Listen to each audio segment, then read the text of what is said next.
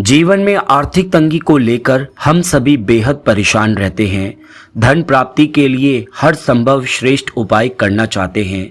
आज इस वीडियो में मैं आपको एक ऐसा चमत्कारी स्रोत सुनाने वाला हूं जिसको सुनने से ही घोर दरिद्र योग भी खत्म हो जाता है। आज इस वीडियो में मैं आपको माता लक्ष्मी के कनकधारा स्तोत्र पाठ को सुनाऊंगा जिसको सुनने से ही घोर से घोर दरिद्र योग भी खत्म हो जाता है। जी हाँ दोस्तों, आगे बढ़ने से पहले कमेंट बॉक्स में जय माता लक्ष्मी जरूर लिखिए और इस कनकधारा स्तोत्र पाठ को पूरा जरूर सुनिए। जैसे भ्रमरी अध खिले कुसुमों से अलंकृत तमाल तरु का आश्रय लेती है, उसी प्रकार जो प्रकाश श्री हरि के रोमांच से सुशोभित श्री अंगों पर निरंतर पड़ता रहता है तथा जिसमें संपूर्ण ऐश्वर्य का निवास है, संपूर्ण मंगलों की अधिष्ठात्री देवी भगवती महालक्ष्मी की वह दृष्टि मेरे लिए मंगलदायी हो। जैसे भ्रमरी महान कमल दल पर मंडराती रहती है, उसी प्रकार जो श्री हरि के मुखार बिंद की ओर बराबर प्रेम पूर्वक जाती है और लज्जा के कारण लौट आती है, समुद्र कन्या लक्ष्मी की वह मनोहर मुग्ध दृष्टिमाला मुझे धन संपत्ति प्रदान करे। जो संपूर्ण देवताओं के अधिपति इंद्र के पद का वैभव विलास देने में समर्थ है, मधुहंता श्री हरि को भी अधिकाधिक आनंद प्रदान करने वाली हैं तथा जो नील कमल के भीतरी भाग के समान मनोहर जान पड़ती हैं, उन लक्ष्मी जी के अध खुले नेत्रों की दृष्टि क्षण भर के लिए मुझ पर थोड़ी सी अवश्य पड़े।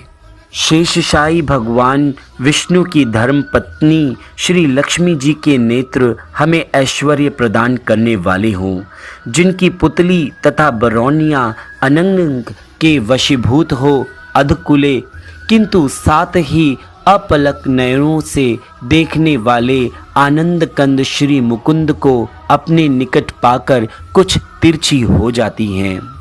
जो भगवान मधुसूदन के कौस्तुभमणि मंडित वक्ष स्थल में इंद्र नीलमयी हारावली सी सुशोभित होती हैं तथा उनके मन में प्रेम का संचार पैदा करने वाली हैं, वह कमल कुंजवासिनी कमला की कटाक्ष माला मेरा कल्याण करे। जैसे मेघों की घटा में बिजली चमकती है, उसी प्रकार जो कैटभ शत्रु विष्णु के काली मेघमाला के श्याम सुंदर वक्ष स्थल पर प्रकाशित होती है, जिन्होंने अपने आविर्भाव से भृगुवंश को आनंदित किया है तथा जो समस्त लोकों की जननी हैं, उन भगवती लक्ष्मी की पूजनीय मूर्ति मुझे कल्याण प्रदान करे।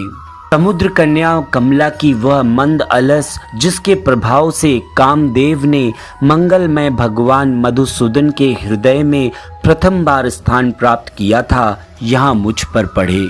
भगवान नारायण की प्रेयसी लक्ष्मी का नेत्र रूपी मेघ दया रूपी अनुकूल पवन से प्रेरित हो दुष्कर्म रूपी धाम को चिरकाल के लिए दूर हटाकर विषाद रूपी धर्मजन्य ताप से पीड़ित मुझ दीन रूपी चातक पर धन रूपी जलधारा की दृष्टि अवश्य करें।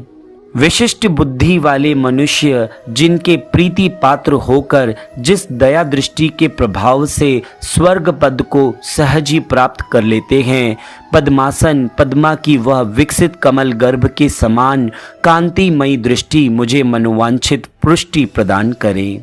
सृष्टि लीला के समय वाग देवता के रूप में विराजमान होती हैं तथा प्रलय लीला के काल में शाकंभरी अथवा चंद्रशेखर वल्लभा पार्वती के रूप में अवस्थित होती हैं। त्रिभुवन के एकमात्र पिता भगवान नारायण की उन नित्य यौवना प्रेयसी श्री लक्ष्मी जी को नमस्कार है। मातः शुभ कर्मों का फल देने वाली श्रुति के रूप में आपको प्रणाम है। रमणीय गुणों की सिंधु रूपा रति के रूप में आपको नमस्कार है। कमल वन में निवास करने वाली शक्ति स्वरूपा लक्ष्मी को नमस्कार है तथा पुष्टि रूपा पुरुषोत्तम प्रिया को नमस्कार है। कमल वंदना कमला को नमस्कार है।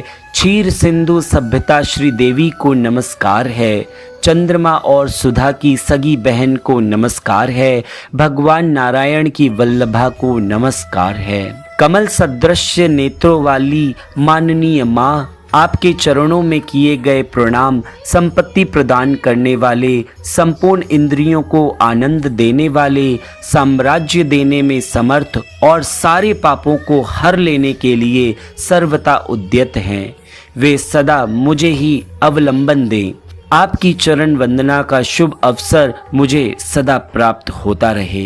इनके कृपा कटाक्ष के लिए की गई उपासना उपासक के लिए संपूर्ण मनोरथों और संपत्तियों का विस्तार करती हैं।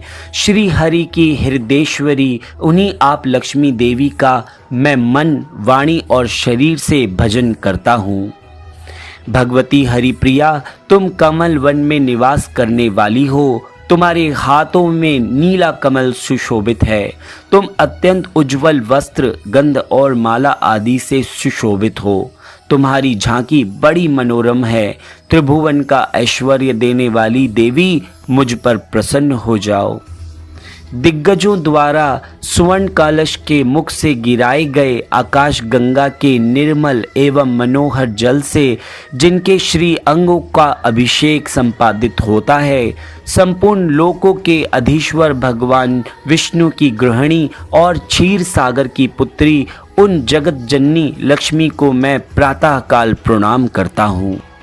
कमल नयन केशव की कमनीय कामनी कमले, मैं अकिंचन मनुष्यों में अगण्य हूँ। अतएव तुम्हारी कृपा का स्वाभाविक पात्र हूँ। तुम उमड़ती हुई करुणा की बाढ़ की तरल तरंगों के समान कटाक्षों द्वारा मेरी ओर देखो। जो मनुष्य इन स्तुतियों द्वारा प्रतिदिन वेद त्रयी स्वरूपा त्रिभुवन जननी भगवती लक्ष्मी की स्तुति करते हैं, वे इस भूतल पर महान गुणवान और अत्यंत सौभाग्यशाली होते हैं तथा विद्वान पुरुष भी उनके मनोभावों को जानने के लिए उत्सुक रहते हैं। दोस्तों, ये था कनकधारा का मंगलमय पाठ। दोस्तों, कोशिश करिए इस पाठ को आप निरंतर ज़रूर करें या तो इस पाठ को ज़रूर सुनें, क्योंकि ये पाठ करने से भी उतना ही फल देता है और सुनने से भी उतना ही फल देता है। यकीन मानिए, इस कनकधारा स्तोत्र पाठ में एक चमत्कारी शक्ति है जो आपके घोर दरिद्र को भी खत्म कर सकती है। इसी कामना के साथ कि आप इस पाठ को ज़रूर सुनेंगे, मैं अभी आपसे विदा लेता हूँ। मिलूँगा आपसे एक और वीडियो में। तब तक के लिए जय श्री श्याम।